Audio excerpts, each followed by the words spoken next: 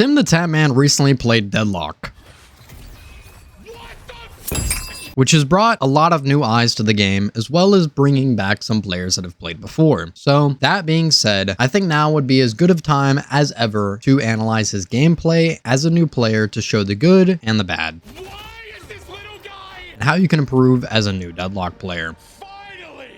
I want to preface that in this video, I will not be putting down Tim. It's natural to be new to a game and not understand what you're doing, especially in a game with as much depth and complexity as Deadlock. My goal is to answer a lot of the questions that Tim had playing the game as a new player, and to analyze his gameplay so that players that are new can learn and not be so intimidated by Deadlock. Okay, this right here, so I understand the concept of this game. The first thing Tim immediately is intimidated by is builds. It's easy to see why. There are a lot of different buttons, lots of items, and what even is happening? Well, let's simplify it. There are 3 different types of items: weapon, vitality, and spirit. Buying items from these categories will increase your weapon damage, your health, and your ability damage, respectively. Each of these categories, there are 4 tiers of items. The only thing that means is how many souls you need in order to buy these items, with 6,400 items usually giving you the most stats. Every single item is unique, and going through 173 different items would be a little crazy, but I would divide them into 3 different categories. Active items, which are items that you must press a button for them to activate. Passive items, which just give you stat buffs for buying. And conditional items, which give you extra benefits for fulfilling certain conditions of the item, like Stalker, giving you these conditional buffs for dealing weapon damage at close range. Easy to get overloaded, but as a new player, I would simply use the build browser and find a build for each of the 3 characters you want to play, and then follow these builds left to right. You want to shoot these guys right before they die, right? Now that Tim is in game and in lane, what is happening? Well, what Tim should first do is focus on clearing waves as fast as possible. Troopers are the best source of souls and pressure even later into the game, so waves should always be your first priority. This is why Tim ends up taking so much trooper damage, as seen in the red numbers next to your HP bar, is because the wave is pushing into him and shooting him. Your main goal in the laning stage is to kill the enemy guardian and collect as many souls as possible. How do I heal?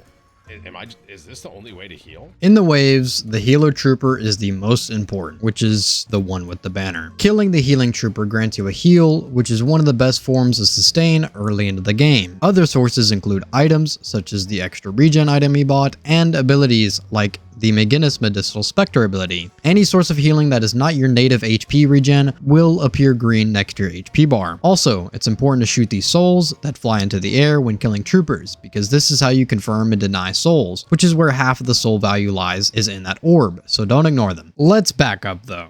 I just threw a lot of information at you, so you may be asking, what do I do? Here's the basics to put it simply. Focus on clearing the trooper waves as fast as possible. When you have enough souls, make sure to go back to the shop in your lane to buy an item. These shops will be open as long as your guardian is still alive. It's pretty hard to kill enemies quickly during this stage of the game, so focus on denying the enemies any souls that you can, such as through these orbs. This helps you get ahead so that it's easier to kill them. One thing I would love to see Tim do is dash jumping. This is a movement mechanic that allows you to cover more distance at the cost of 2 stamina. How you do this is by dashing and then jumping when your stamina bar flashes blue. It may seem difficult at first, but with some practice, it will be second nature. Combine this with sliding, which is where you crouch while moving at fast speeds, or just crouch when you're going down a slope and you perform a slide. While in a slide, you also have infinite ammo. I will say that I love that Tim isn't afraid to put himself into positions to learn. He isn't playing passive just because he dies a few times, which I think is amazing because it's going to lead to so much improvement. He's probably using the minimap more, huh? I see a lot of us going over here to kill this guy. The map is one of the most useful features in Deadlock. Information you gain from looking at the map will allow you to make different types of plays, such as pushing an enemy walker when the enemy is stacking into one single lane. To keep things simple for now, just make a habit of glancing at your map often and taking in the information from it. Do I want to use my 1 ability on minions, or is that like, that was stupid kind of thing? Generally, no, not on Abrams. Troopers are easy to kill with melees and your left click, so it's not needed to use an ability and for it to go on cooldown to clear a wave that there is no pressure to clear quickly. Situations that it would be okay for you to use your ability to clear minions faster would be if you're farming jungle creeps or if you need to push the wave faster than the enemy. One thing Tim should get in the habit of doing is looking for bridge buffs every 5 minutes. These are equivalent to an extra item or two over your opponent and are good to grab at the very least to deny them from the enemy. Especially with the trooper wave pressuring the Guardian here, Tim should look to grab the bridge buff that's still up by taking this jump pad or by walking to the rope and then heavy meleeing the crystal. Like, is this worth me going back and healing? No, not really. The healing troopers we talked about earlier will heal you plenty, especially since no enemy is pressuring you and you're not critical HP. So it's okay to stay and just get the heal from the healing troopers. I want to shoot the minions here. Yes, clearing the troopers relieves pressure from your walker, and that's great because without the trooper wave, the walker gets heavy resistances, which makes it insanely hard for the enemy to kill it without pushing another trooper wave into the walker. As a general rule of thumb, it's always good to push trooper waves. This trooper wave gave Tim a lot of souls, so instead of looking to push with the wave he just cleared, what Tim should instead do is go look to spend these souls on items. Items are one of the ways your characters get stronger, so spending them whenever you have enough for your next item is important, especially if you're looking to fight with the enemy. Remember the 4 tiers of items and just look to spend your souls when you have enough for the next item in your build. Since Tim's Guardian is down, he can't use the shop in lane. Instead, looking to spend his souls at the secret shop located here on the map is a good idea. The less efficient option would be to go back to base and buy there. Oh shit, you can shoot boxes for money? Yes, boxes give you souls and the golden statues give you small buffs. A strategy called box running is viable, especially in lane after the 2-minute mark in between waves to get extra souls. Jungle creeps are another ways to get extra souls as well, but I'll cover that a little later. To keep it simple, if you see these boxes and they're on your way to wherever you're going, break them and then grab whatever's inside. We're not losing terrible.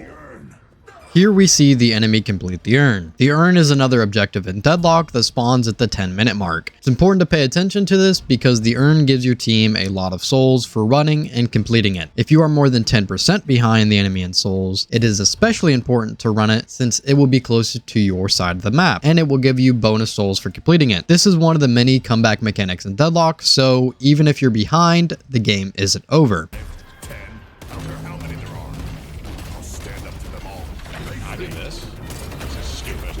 In Deadlock, almost every objective can fight back in some way. Guardians have the beam attack, and walkers have the beam, fire bombs, and a stomp attack. The stomp attack range is indicated by the inner circle on the ground, so make sure to stay out of the radius once it begins stomping to avoid a big blow of damage and a stun. This is a good out, right? Maybe go back and buy kind of thing? It would be good to back out and buy, yes, but more importantly, the enemy is sieging your base, which is more important since killing your patron is how they win the game. Tim should look to help in this fight, and if they get a few kills and push their lanes, then it would be a good idea to go take the mid boss. Again, it could get a little complex here, but the only thing you should know for now is that killing the mid boss and meleeing these crystals give you the rejuvenator buff, and capturing all 3 allows your team to die and revive up to 3 times. What are these things? Come on. What are these things? Those are jungle creeps. They're like troopers, just in stationary spots around the map. These also give you souls for killing them, with the drawback being that they're usually harder to kill than the troopers and they're out of the way. There are 3 tiers of camps: small, medium, and large, with a couple camps having a mix of all 3. There are also the center sacrifices, which Tim found in the lobby. They got slot machines in this game? Wait, this is game of the year. And these give you souls as well. Heavy meleeing these 4 times will take down all the lights on the top and enter the jackpot mode. Timing your next heavy melee to land when the lights are full will result in a jackpot, which will give you a bonus 4 golden statue buffs. I won't go into super specifics, but some of these camps are easily clearable with good efficiency in the landing stage in between trooper waves. For the bigger camps, some characters have an easier time clearing them than others, but to maximize efficiency later in the game, the rule of thumb is to push your trooper wave into their side of the map and then go take some of these camps, since it's potentially dangerous to keep pushing the wave and you still want to be efficient with your time and get more souls. As of right now, obviously we're losing, right? But is there a chance that we could turn this game around in theory? Yes, as I talked about earlier with the Soul Urn, Deadlock has built-in comeback mechanics. So even if you're behind, all it takes is a couple good plays like running the Soul Urn, getting a couple kills, and taking mid-boss to get back into the game. I don't think it matters. Damn.